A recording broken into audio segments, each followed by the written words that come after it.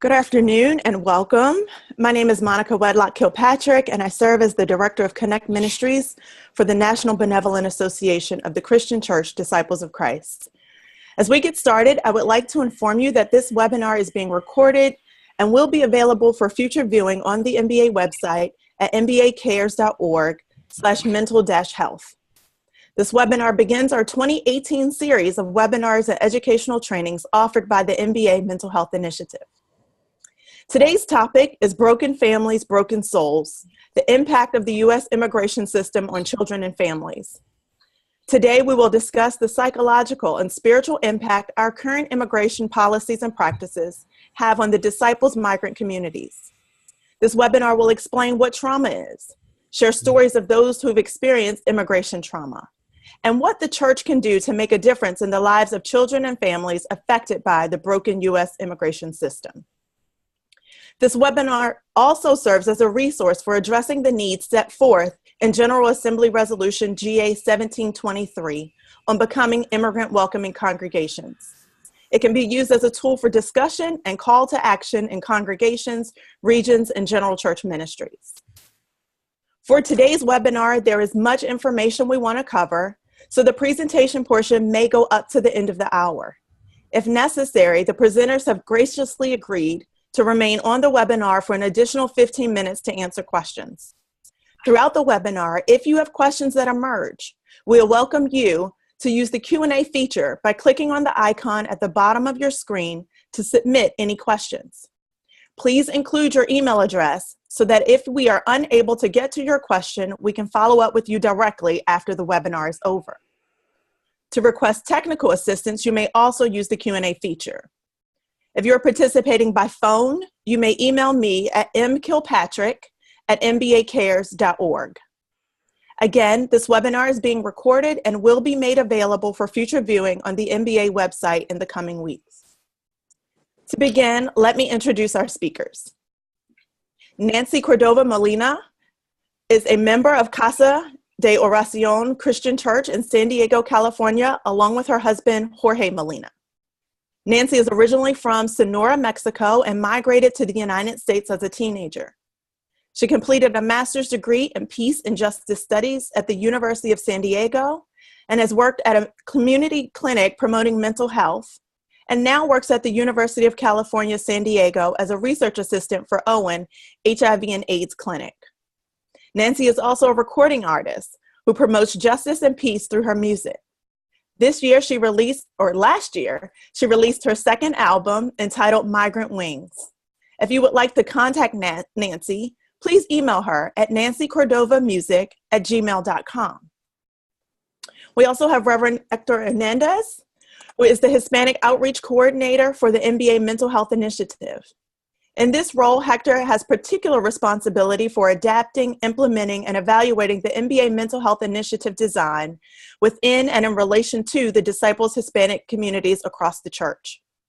Hector also serves as an interim pastor of New Creation Presbyterian Church in the west side of Indianapolis. He's been serving the Latinx immigrant community of Indianapolis since 2009 and is an ordained minister of the Christian Church Disciples of Christ. He has a Master's of Divinity and a Master's of Art in Marriage and Family Therapy from Christian Theological Seminary, as well as an undergraduate degree in communications with a minor in visual arts. Hello. And finally, we have Angela Whiten-Hill, who serves as the NBA Mental Health Initiative Manager.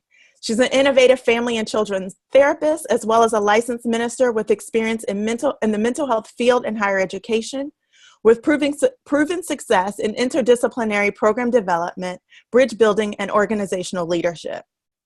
As a licensed clinical social worker, Angela specializes in trauma, suicide, depression, identity issues, and spirituality integrated psychotherapy.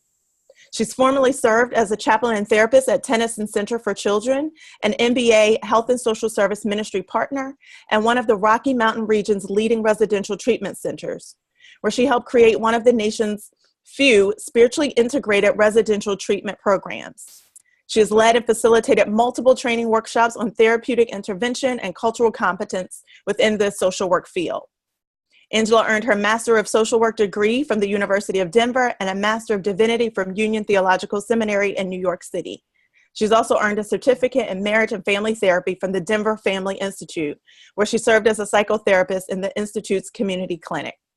At this time, I want to welcome you all and turn the presentation over to Angela. Thank you. Thank you. We're going to jump right in. The first thing we want to just address as we get started is what is trauma, so that we all know what we mean when we say trauma, and we all can understand as we hear the stories and the details is what's actually happening in the body, in the psychology of the person, and in the brain. So with that said, a few quick reminders of what trauma is. Trauma is really one's emotional response to an event or an experience that causes so much stress that actually exceeds their ability to cope with that event. So this is anything life-threatening, like extreme pain or extreme fear, anything that threatens a physical or psychological well-being. One thing to note that not all events are traumatic for everybody. So we say potential traumatic events, PTEs, are things that happen to people, and some people might have trauma from it, some people might not, depending on if they can cope with the stress that it brings. And how I like to understand trauma is simply, if you look at a funnel, I have a picture there, you have a bottle of water and a funnel on top. If you put water through that funnel, it's like information going into your brain. As the water goes to the funnel and to the actual bottle, it's the information being processed at an appropriate rate that you will not have trauma. If you dump a pail of water on the funnel, the water will come on the sides and essentially paralyze your thought, or it's as if your brain cannot process all that water at one time. And so you get stuck in what we call a fight or flight kind of response. And so typically when we're going through events in life, if we cannot process all that's happening to us at that moment, we will have trauma. With that said, there is such thing called developmental trauma. This happens in early childhood, 0 to 3 years of life. It's anything that interferes with the child's neurology or cognitive processes when the event does affect that. It simply is an extreme stressful event that disrupts a child's ability to develop properly. So they have trauma like any other person, but because they're so young and their brain is actually still forming neurologically, that trauma actually disrupt how their brain forms, and they could have symptoms in the future, even if they've processed that trauma because of the time that it happened for the child. Real quick too, around vicarious trauma is something I want to lift up.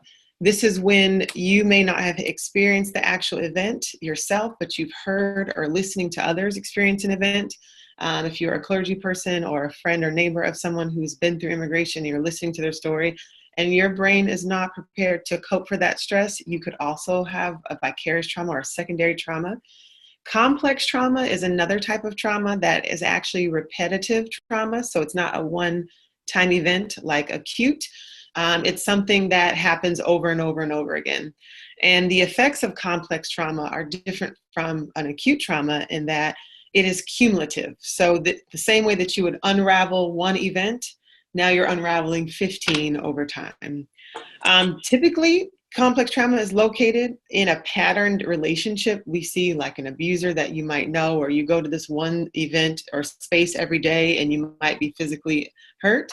But as you're hearing stories of immigration, I want you to think about, what does complex trauma mean in this kind of context, which it may not be one pattern or one relationship, it could be systemic. The last one, or a few, is post-traumatic stress disorder, or something you might hear, PTSD. This is an actual disorder that develops after being exposed to a potentially traumatic event. And so this is something where you'll have symptoms. They vary based on the person, but more generally you'll have frightening thoughts or triggers, and your brain will go back to that moment, or you might have nightmares, but essentially the memory or the thought is unprocessed, so it's kind of locked into your brain, and at the most inopportune times it will come back up for you. One thing that is not talked about formally in the mental health field, but those of us in the justice work area would agree that there's such thing called historic trauma. Again, it's not a legal term, but historic trauma is something that we're thinking through when you have historic systemic abuse, typically from a government or those in leadership, and generations upon generations are learning to actually cope with the trauma. So the first generation could not cope for the trauma, so they have trauma from something that's happening systemically. But then generations behind them actually learn the psychological skills to actually cope with that trauma. So it's not deemed as a trauma. But what you'll see in certain communities is that our coping skills that we've developed over time and passed down to our children are actually maladaptive. They're not healthy. They come out symptoms. And you'll see later on when we talk about what starts to roll out in the family system, we might say, oh, that person just was an alcoholic because they chose alcohol, but it could be a third, fourth generational symptomatical or symptomology to an earlier trauma that happened and that was passed down. So we'll talk a little bit more about that, but we wanted to lift up historic trauma as a possible articulation of trauma as well. With that said, we want to move into the bulk of our presentation, keeping all those definitions in mind to really think about what it is like to go through the migration, the immigration process. I'll pass it over to Hector and talking about the trauma in the context of immigration. Yeah. So I heard once, I read once that in the word trauma comes from the Greek, and the translation in Greek or the term means wound, and in Spanish we use trauma also in that sense. It means a wound, but also an internal wound. So imagine a very frightening, very distressing event. Those often result in psychological wounds. They injure your true self, your soul. So in that aspect, imagine having to leave your home, having to escape your country, your home because of violence, being forced to travel long distances, facing many dangers along that journey, often with your own children, risking everything in order to find a safe space, not just for you, but for your family, for the ones that you love. Imagine to find yourself locked up in a remote area with limited or no legal counsel, without your social community or that support that you get from your community. Imagine being a small children and being fearful because although you are a U.S. citizen, your parents are not, and you are terrified because they could be taken away at any time. Imagine small children witnessing domestic violence and not daring to call the police, because if the police come, and it's not true, but for the child is true that the police might come and and take both parents away from them. So a population that often have to live in shadows, and I'm talking about immigrants with no documentation.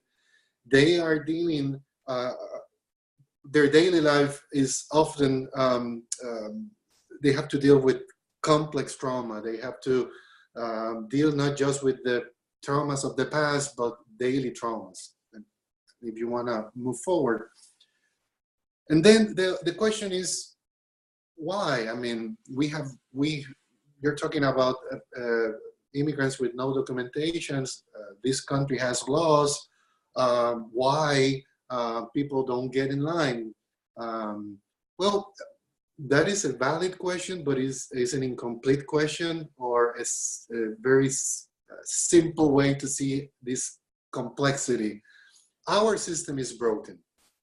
Our system is, I read this from an article, and I don't remember who is the author, but he called the system a Frankenstein-like system. It's a hodgepodge of laws, and the system is rigged.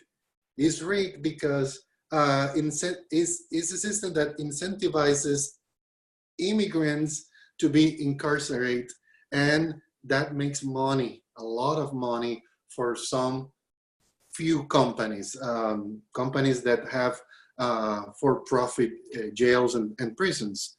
The system is done in a way that it separates children from their families, and most of these children are US citizens. So you're breaking families, you're traumatizing children, you're traumatizing families. It's a system that often even forces minors to defend themselves, even though they don't understand the language, or they don't, they're children, they don't have to do that. And then again, if you ask why, if we have laws, why people cannot get in line and actually follow the laws? Well, the thing is that the system is so difficult that even people that has come to our nation through mechanisms created to provide legal opportunities, now they are facing deportation, or their reality and present and future is on a limbo. I don't know how many of you have been paying attention, but right now, everybody who came to the United States through the temporary protected status, or TPS, right now their future is uncertain. We have people from Haiti, from Nicaragua, from El Salvador, who came here again legally, finding refuge, finding a safe space, safe place to grow, to raise their families, to do businesses. And now, after their lives have been created, they have to decide. I mean, their future is uncertain. The same thing with DACA, the program that was created in 2012. Right now, with the new administration, all the dreamers, all the people protected by the DACA, and let me, for the ones of you who doesn't know the meaning, DACA means Deferred Action for Childhood Arrivals, and we're talking about almost 800,000 people who right now are living in turmoil and fear. Why? Because out of the blue, for political reasons, those rules, those laws have been changed, and now the future of these people is uncertain. Yeah, thank you. Yeah.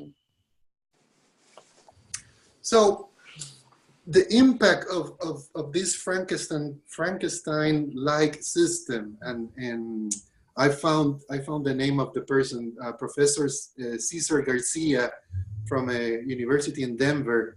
He's the one who expressed that in that way.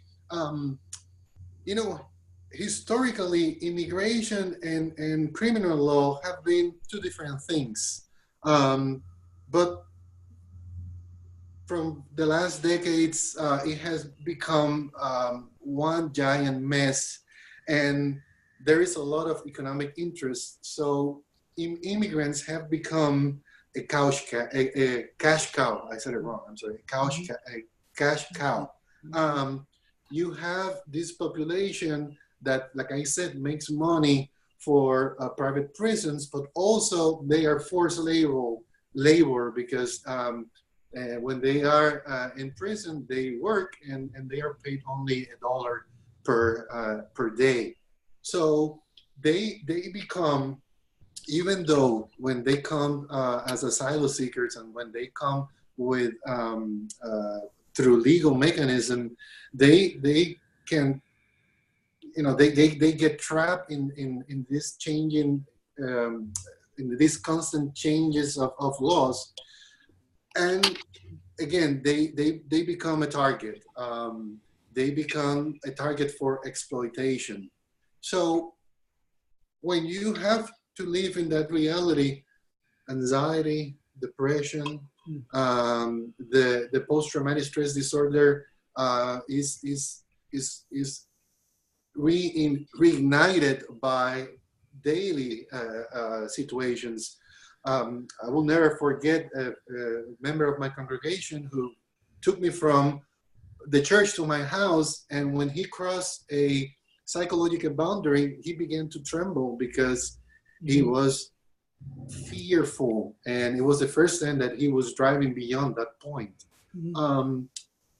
And this uncertainty creates a fertile ground for people to take advantage of these vulnerable communities, the system to violate the human rights, and basically a whole industry that make money from their misery. And I'm not going to even talk about bonds and a lot of issues regarding the legal world, but again, they become vulnerable, and every single part of their lives could bring anxiety, could bring depression, and could trigger, like Angela said before, maladaptive ways to deal with those anxieties and other stressors. Yeah.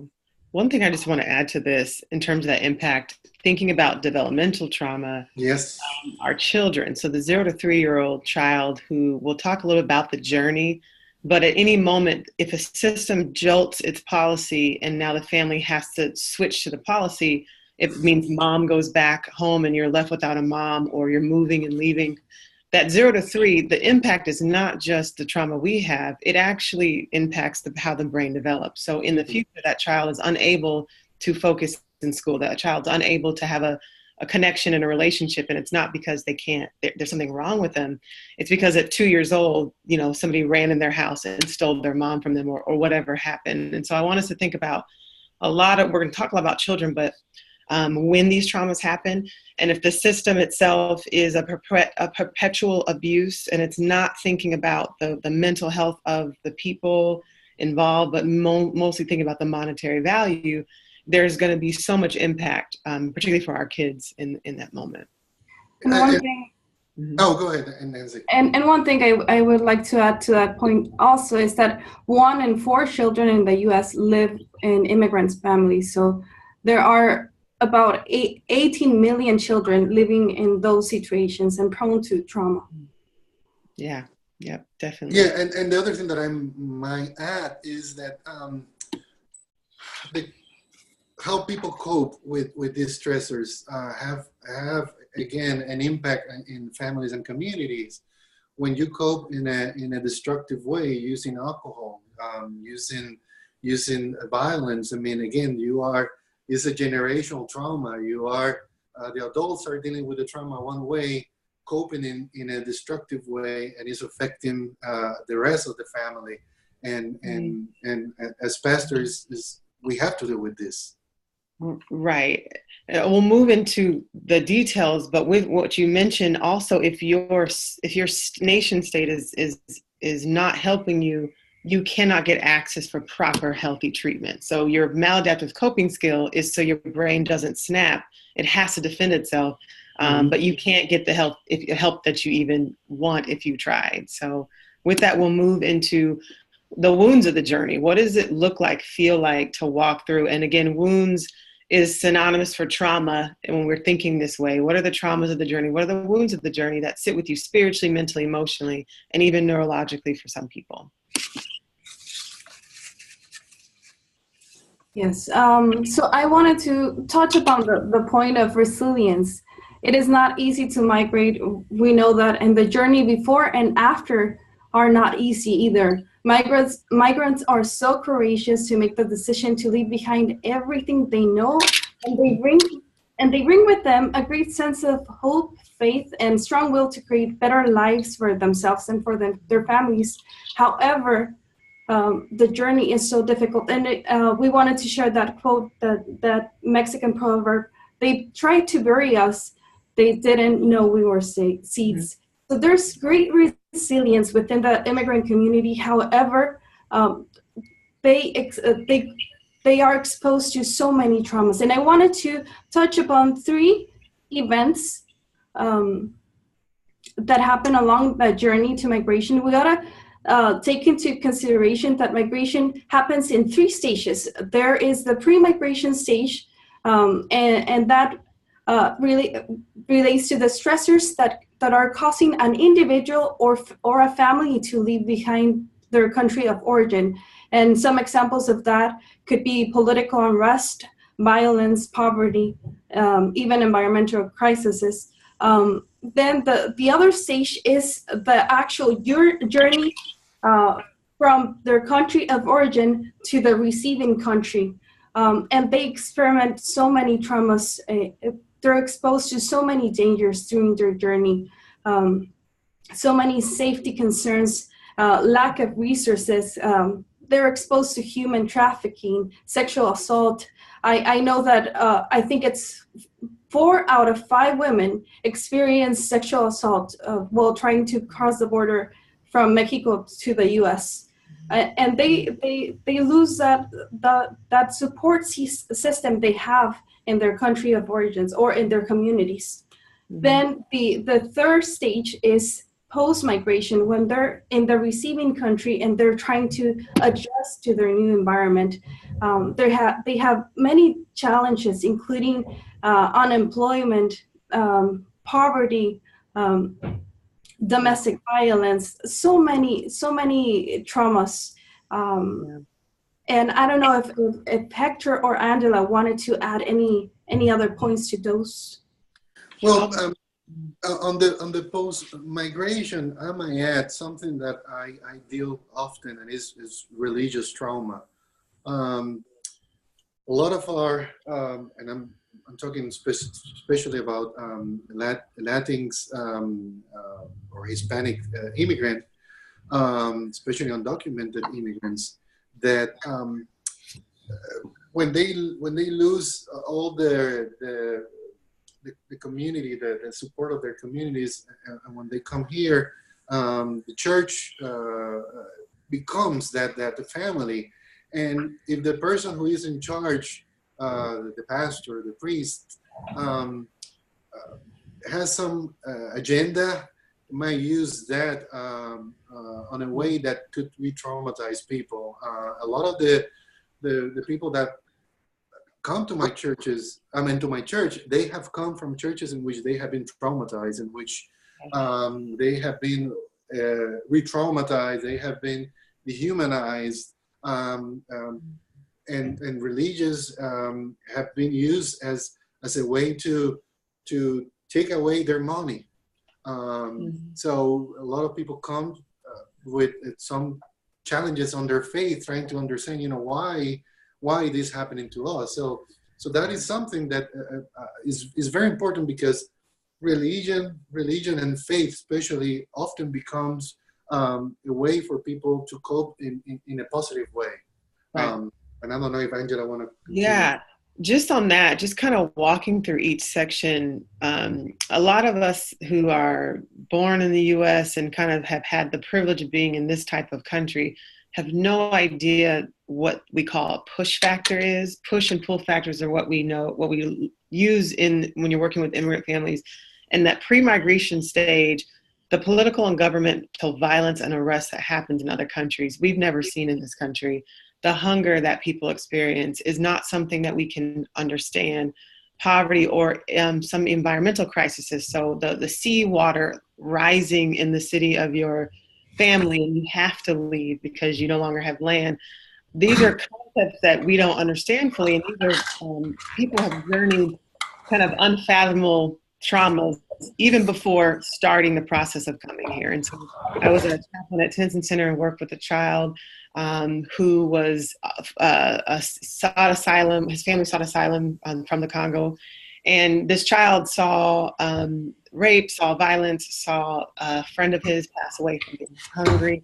They had to run from across border lines, almost 20 miles, and get across the border line before getting attacked by people trying to detain them.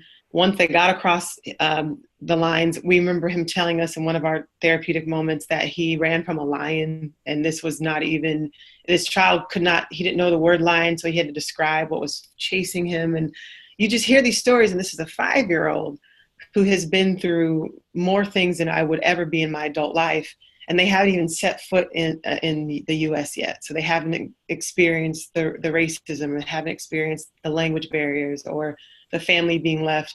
So I want us to try to locate the push factor as being the reasons why a lot of people come to or try to come to the US is they're leaving a life of trauma or hardship already. And then, like you had mentioned, Nancy, the actual migration process. I think about people on boats who are desperately trying to get here, people who don't have the means to get a plane ticket and to fly into LAX, who have to come across the border. They're facing weather, and we had snow days recently today, and they're facing frostbitten. They're getting bit by snakes. They're facing military presence, police officers that we know are there to keep them out. Sometimes they're facing sexual assault is huge, and this could be at the hand of the government officials. And so, again, think about age. If you're 33 facing this and you've lived a normal life versus a 7-year-old, an 8-year-old, 10-year-old, these are just stories that the brain cannot process. Even us hearing them and listening to this, our brains can be flooded right now. But this is a normal for these populations. And then once they get to the US, like my brother mentioned, when you have a policy shift like that overnight, and the idea of having to be separated again when you just found your brother after not seeing them for months, or the idea of having to go back to the place where you were thought, ran after by military, that in of itself puts you in an episode. And so I just want to just kind of elaborate on, we talked about complex trauma before. Complex trauma is that which is perpetual. It's not one event. It's not the snake that bit you in one country. It's not the sexual assault you experience in one space. It's repetitive trauma. And so once you are safe, once the brain can calm, then it has to somehow go back and put all that water through a funnel. But if there's never a moment of calm, you cannot process all the horror that happened to you.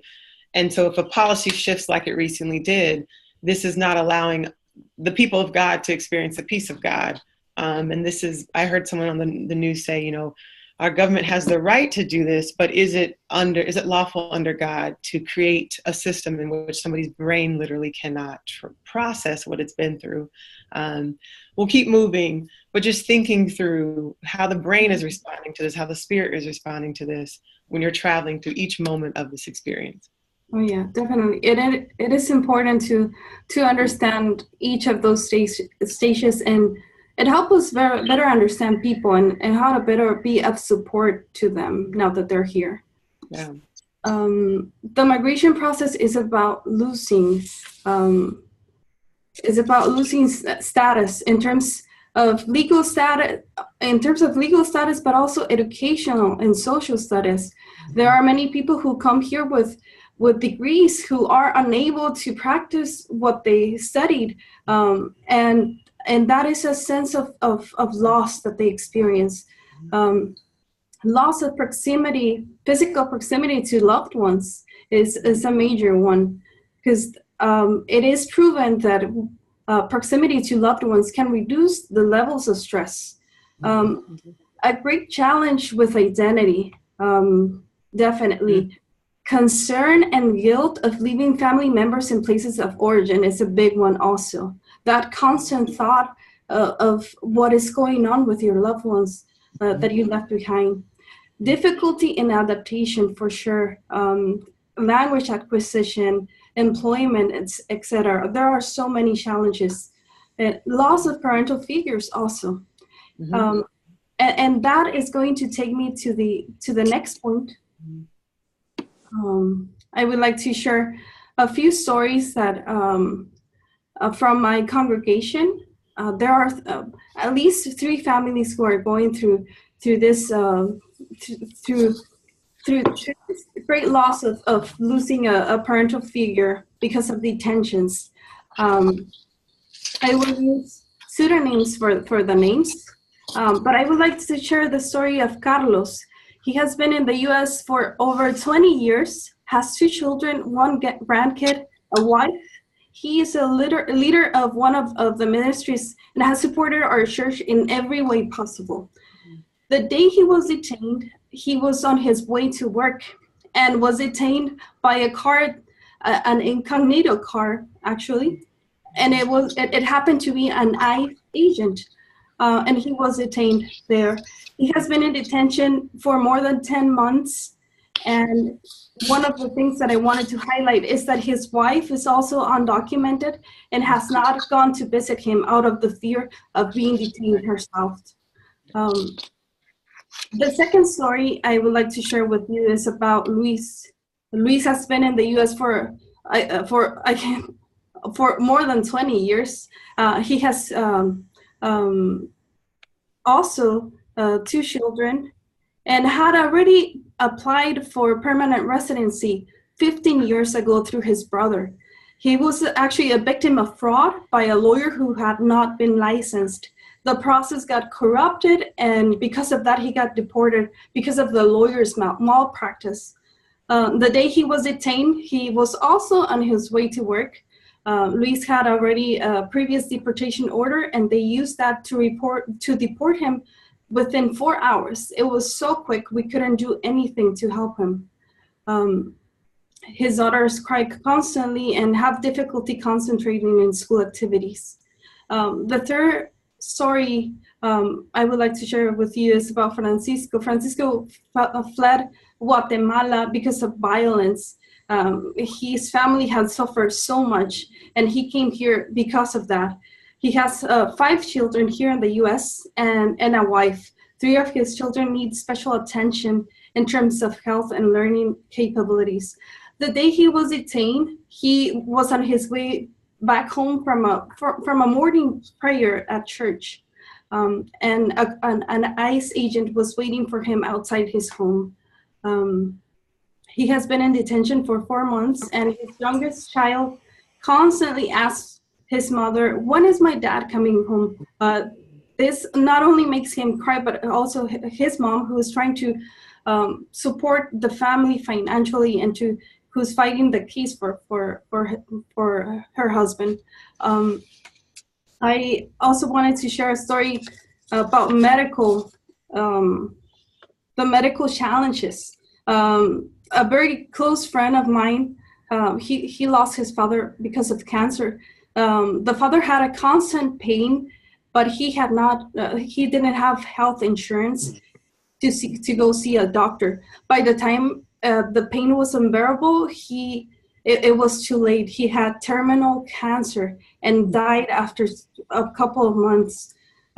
So when we speak about stories of immigrant families, we are not only talking about the freedom to come in and out of the country or have the liberty to do what they want, but also we are talking about quality of life.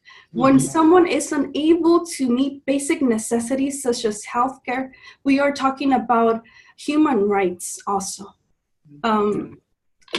The stories of the families that I share with you, these families are suffering a great deal. The children in the families are suffering so much. As I mentioned before, 4 children, 1 out of 4 children in the U.S. live in these kinds of situations.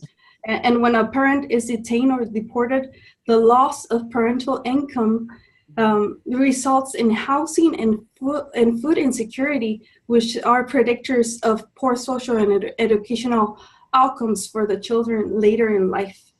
So again, when we are talking, we're not only talking about present difficulties, but about the future of the next generation. Yeah. And I appreciate you lifting it up because, again, keeping in mind push factors, people are not coming here just because they want to, in the sense of leisure. I just want to live in another country. Currently, in their current country state, there are push factors. There are elements of the system that are literally pushing them to come to find a better life, to get rid of some things.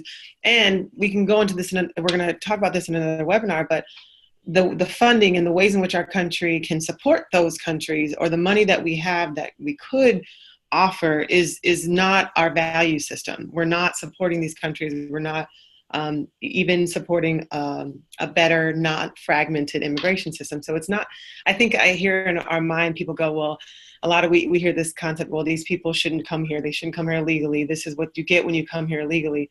But you have to realize that there are people coming here legally, and the policies or the system in which we've created is like you said, it's ill fit. It's actually, it's a setup. It's not set up to actually have people come through a process in a way that it could easily be much cleaner, much more protective.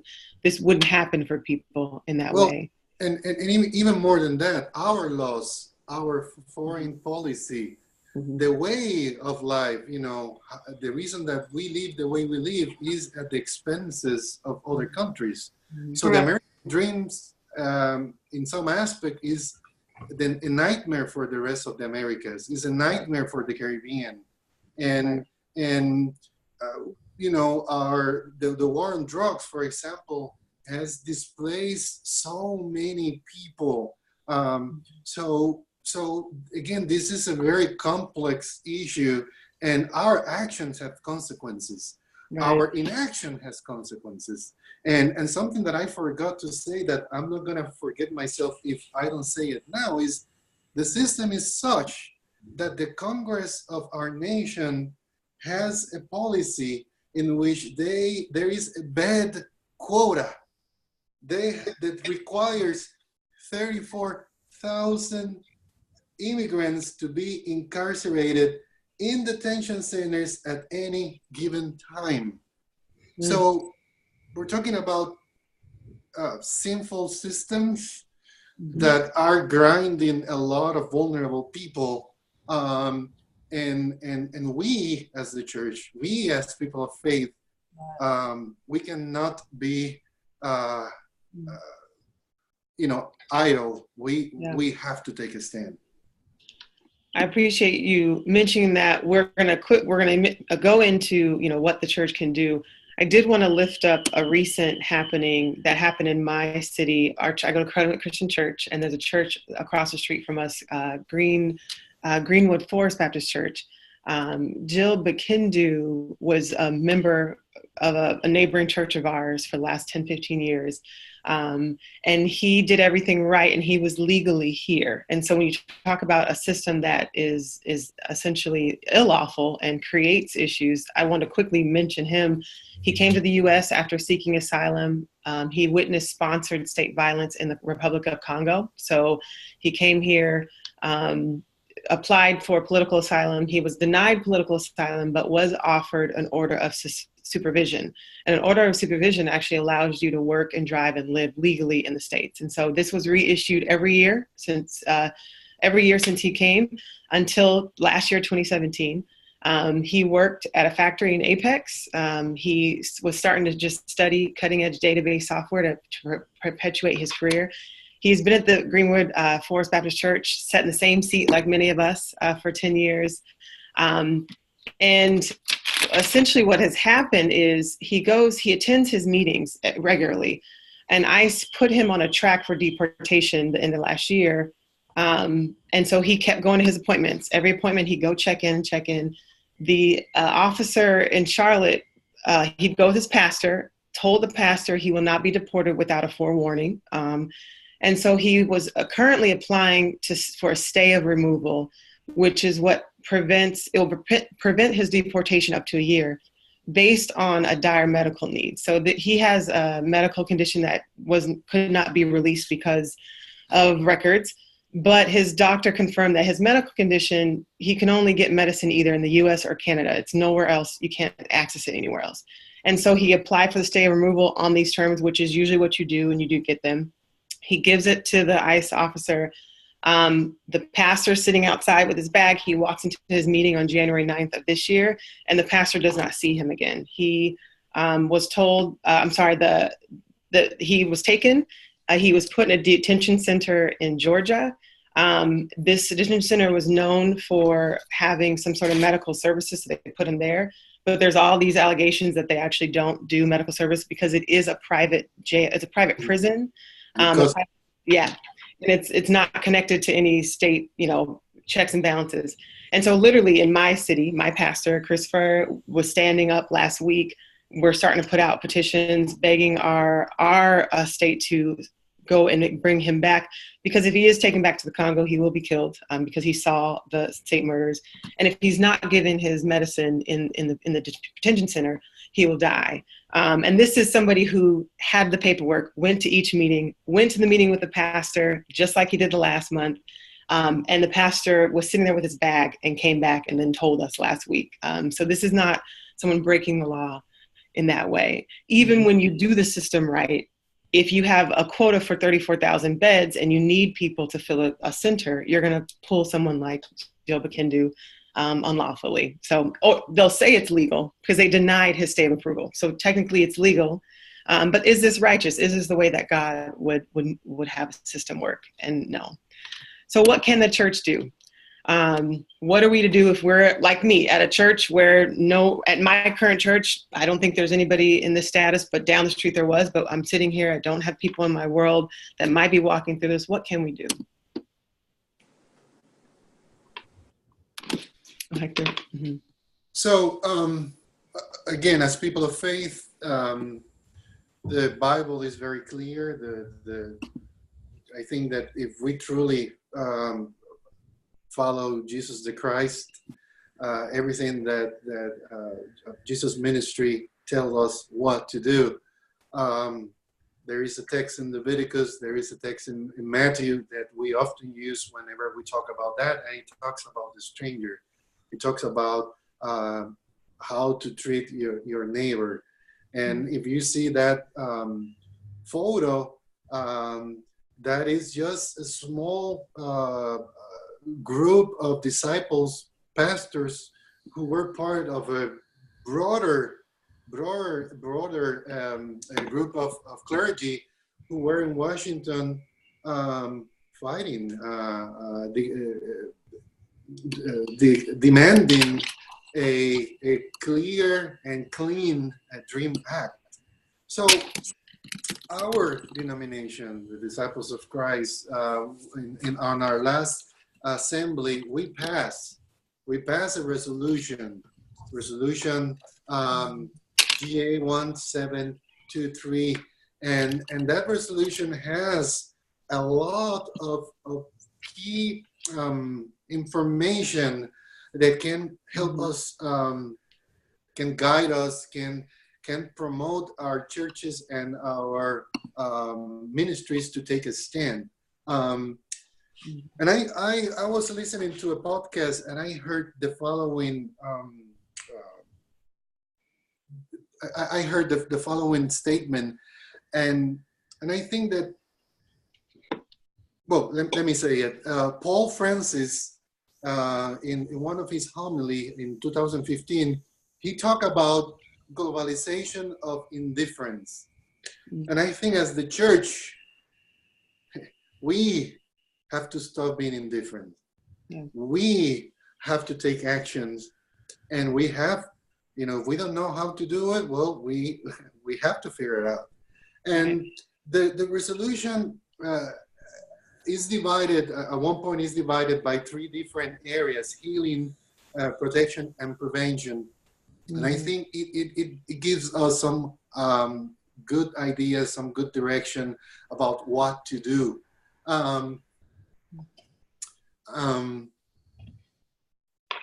So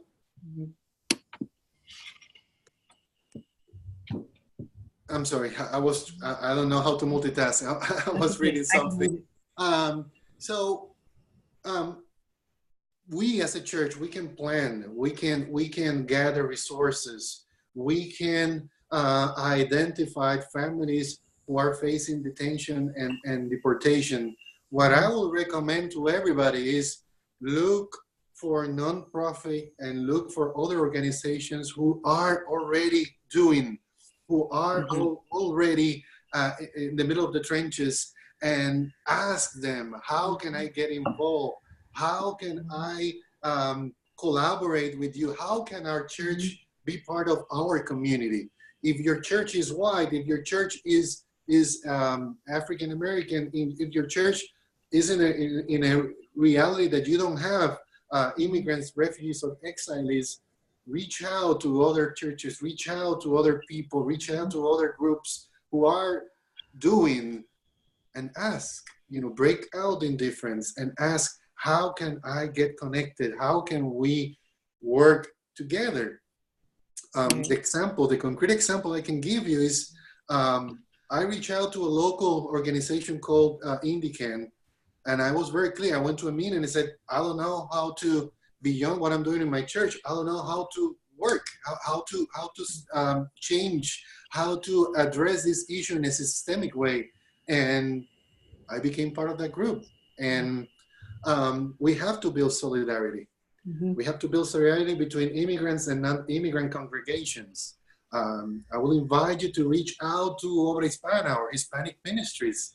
Ask Reverend Lori Tapia, how can my church help you and work together? How can I have an impact? Help me understand. Reach out to the Disciples Home Mission, the immigrants and refugee ministries, and ask Reverend Sharon Stanley, how can I collaborate? What do you need? How can I help? And when you identify community groups that are already doing, get involved, discover what are the responses and models. How can your church be part of the solution? If you want to move to the other.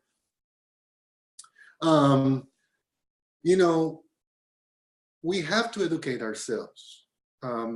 We have to educate ourselves, especially if we want to challenge politicians. If one thing that white churches can do, one thing that African American churches can do is, you have the vote. You can go to your representative. You can go to your senators, and you can sit down and ask key questions and make demands that laws are changed in ways that they work on behalf of our families, on behalf of our communities. Especially now that,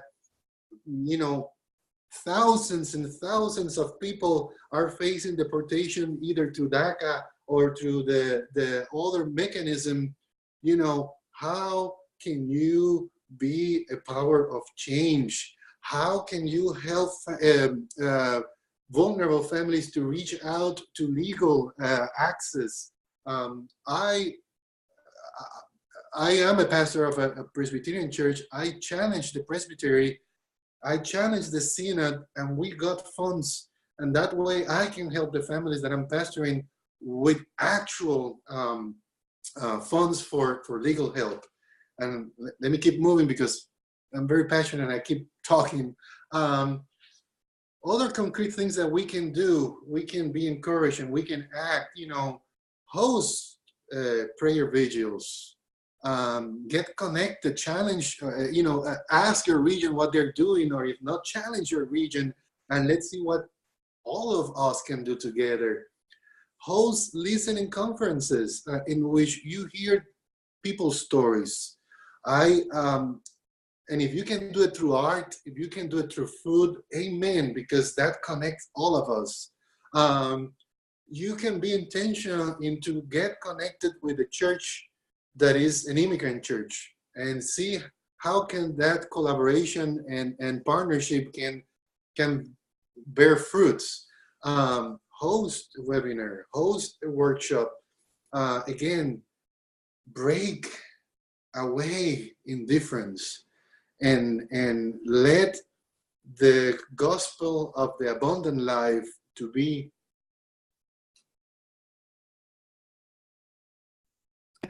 Amen to that. For everybody, beyond their legal status. Thank you for that. It is when people say, what can you do? You can relate, you can love, like you mentioned, that you can walk with people. I spent in grad school, I would go to detention centers every week and just befriend people who were there until they were deported. I would just listen to them. I talked to them because family members couldn't come. This is something you could easily do, and finding groups in your community that already visit.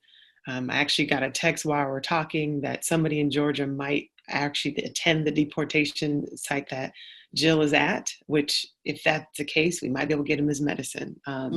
These are areas where the church can be in community. And that's.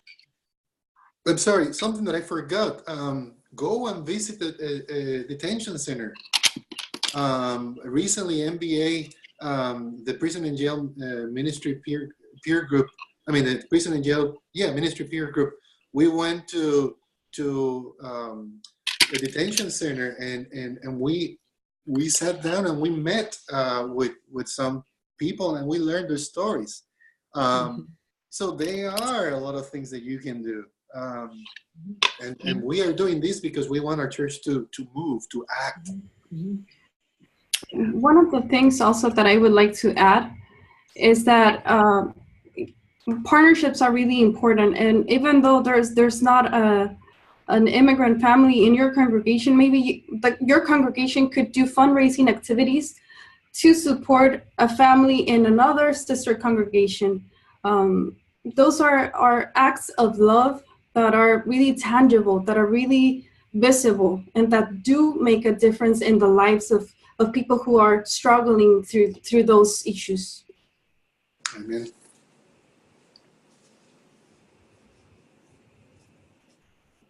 Guess that turns it back over to me.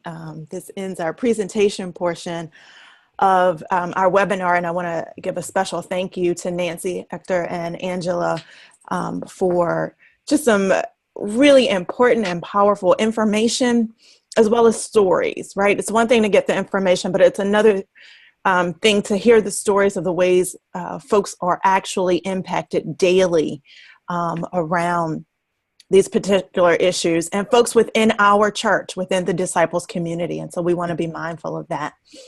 We didn't receive any questions in the Q&A, but I do want to give an opportunity for a final comment from each of our panelists, and then I'll close us out with some final announcements that I think will be important to this group. So randomly, actually, let's go with Nancy, Hector, and Angela. I'll give you the last word, and then I'll close us out. Sure.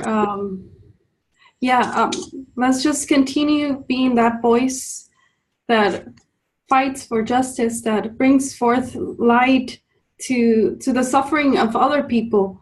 And let's continue to be that company also to people who are going through these situations. Prayer is so important.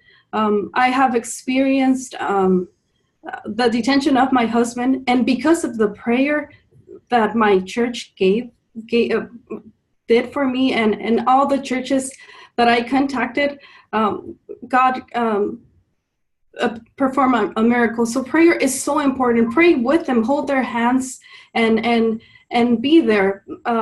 Again, those acts of love that are tangible, that are visible, are really important for people who are going through those situations. There's so much that I want to say, but we are not alone. If you're listening to this and you're asking to yourself, how can I do this? Please reach out to the Disciples Home Mission, to the refugee immigration ministries. There is a lot of information there. Do something as simple as Google in your area, who is doing what, and go to a meeting. But something that I want to express is that we are in the middle of a civil rights movement. These are rights for humans. These are civil rights for humans, for vulnerable people. These are rights, and these are families and communities that have American citizen children who are being affected, and you have to ask to yourself, what side of history I want to be part of. The current administration has an agenda that is working against these vulnerable peoples, and it's up to the church to preach the gospel of abundant life for everybody, the gospel of peace, of justice. Amen. And I appreciate that. Just all that I can say is what is currently legal is ungodly. And a lot of people are saying it's legal, it's legal, it's legal.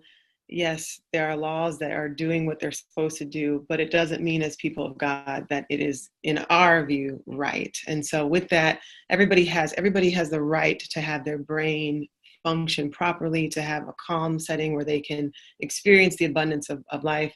No one should have to hold trauma in that way. And so if we could pray for the Spirit to bring creativity in how we respond, we may not be able to go through the legal system in these ways, but maybe we can go through the love system and the relationship system and just being with people.